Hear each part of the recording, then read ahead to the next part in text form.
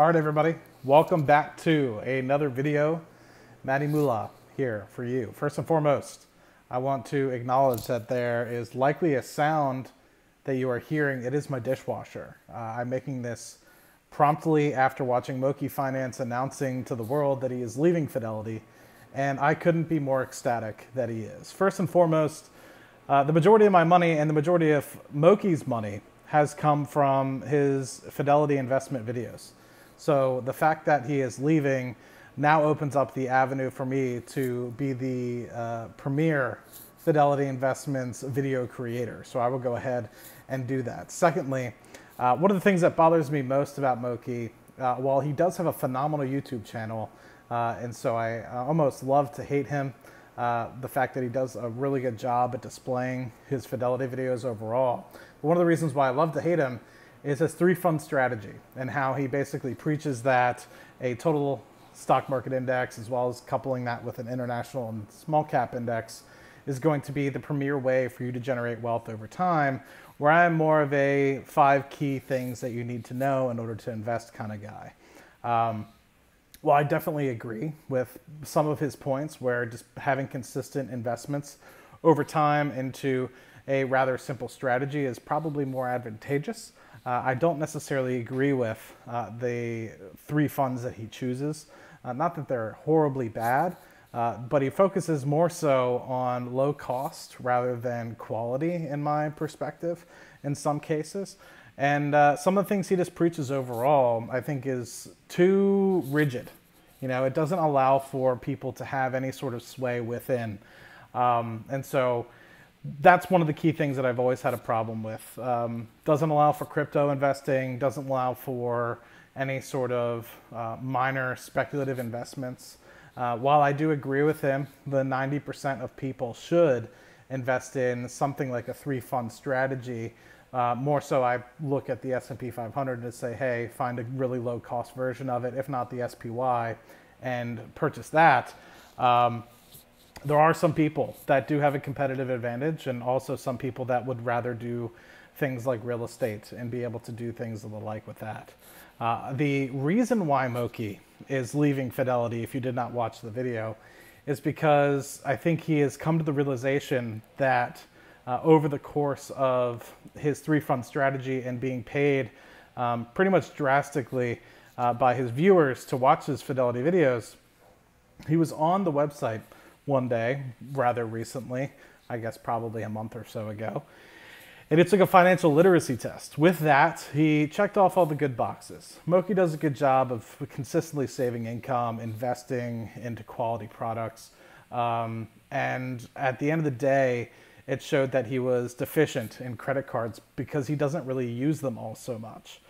He does explain a little bit as to why. He has had some problems in the past with respect to credit cards, but he basically was flustered by the fact that Fidelity was trying to sell them, or sell him rather, on the usage of the Fidelity credit card, which I use daily and I think it's a quality product. So with that, he was flustered and started to investigate moving to Vanguard after he has shut down his M1 Finance, which I also believe is a quality product. Maybe not the best product, but quality in my respective view. And move that to Vanguard. So he was kind of introduced to that by John Bogle, as he talks about with reading a book, and then coupling that with moving his M1 Finance money to Vanguard to kind of keep his Fidelity and Vanguard funds separate. Now, he does explain a little bit of the rigidness that Vanguard does say within their mutual funds. A lot of them are higher cost of entry and yada, yada, yada. But I think that in all reality, like, you're switching your several tens of thousands of dollars of an account from Fidelity, which is one of the premier brokerages which offers full service. And I'm not saying Vanguard doesn't, but you're going to go through this headache of switching to Vanguard over the fact that you were offered a credit card. And he goes into a little bit about the backstory of the Johnson family who owned Fidelity, and basically Vanguard is kind of like this nonprofit organization, and you know, talks a little bit about, I'll never bank with JP Morgan ever again because they're a for-profit organization. I'd rather use credit unions. And I'm just like, dude, like, I respect the fact that this is your stuff and your products that you're trying to align with your core values. But at the end of the day, it's so rigid that you don't allow for any leeway, just like the rest of your strategies. And while I wish you the absolute best, and hopefully you're able to make some great content on Vanguard, which I think is more likely to be the reason why you're switching over, is to get Vanguard quality content over Fidelity, which has obviously done you so well, taking you from basically 0 subscribers all the way to almost 10,000.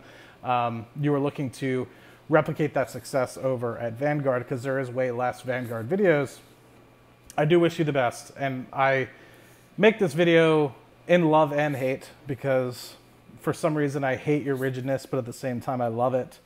So it requires me to absolutely hate you for some sort of reasons, but at the same time I value your success and I continue to applaud you in that respect because you are successful.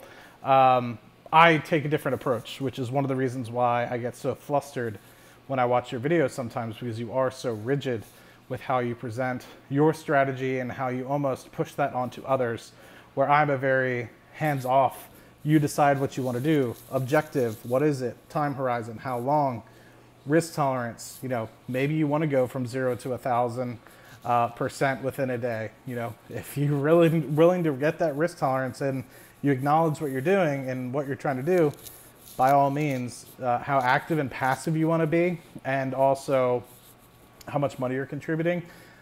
I'm a believer in all those things and allowing you to understand where you fit within all those spectrums to make a decision about your investment thesis and how things are going to work for you. And the fact that you're trying to preach to people potentially not to use a credit card when you need a credit score to do absolutely anything in the world these days is rather beyond me. If you want to own a home, if you want to get an AT&T or a car or anything, unless you're buying it cash, it's going to be quite difficult to live. And so not condoning use of credit when unfortunately this is the environment that we're in is like telling people, you know, use cash for everything and never open a savings account, right? Like it's almost the same in that respect. And nobody likes credit cards, but unfortunately it's just the environment that we're in, so we have to use them to get by in society. And I guarantee that your previous credit card usage is the reason why you bought the house that you're in today. So this might come off as harsh, and it quite possibly is too harsh, but at the end of the day, I do recommend that you make your own financial decisions and don't necessarily follow somebody into some sort of strategy and flip-flop in between brokerages as often as somebody might. And think about what your investment thesis are. Don't necessarily think about a 3-fund strategy if that's not right for you. I encourage you to ponder versus following a specific strategy. Do I encourage low-cost index funds? Yes, but I am a firm believer investing in VOO over SPY, and it's because I can make my own decisions. Where I know SPY allows me to write more covered calls so I can generate slightly more alpha versus VOO. And while I might get a higher expense ratio, in the long term, I'll make more money. So it's not to say that low expense ratio index funds are the be all end all, but you also have to acknowledge where you are in your investment strategy. Maybe it is prudent for you to follow Moki's 3-fund strategy. Maybe it's prudent for you to just follow the 1-fund strategy, invest in the S&P 500, but I'm a firm believer in doing it on your own. So I'll finish this video. Part of it was just a hit on Moki. Part of it was also acknowledging that he's done with Fidelity, and I appreciate it because hopefully all your subscribers now come to me when I make a Fidelity video. And I wish you the best of luck for the future Vanguard videos you're going to make, and hopefully great subscribers that will come with that in the future. And that's not a hit, that's the honesty.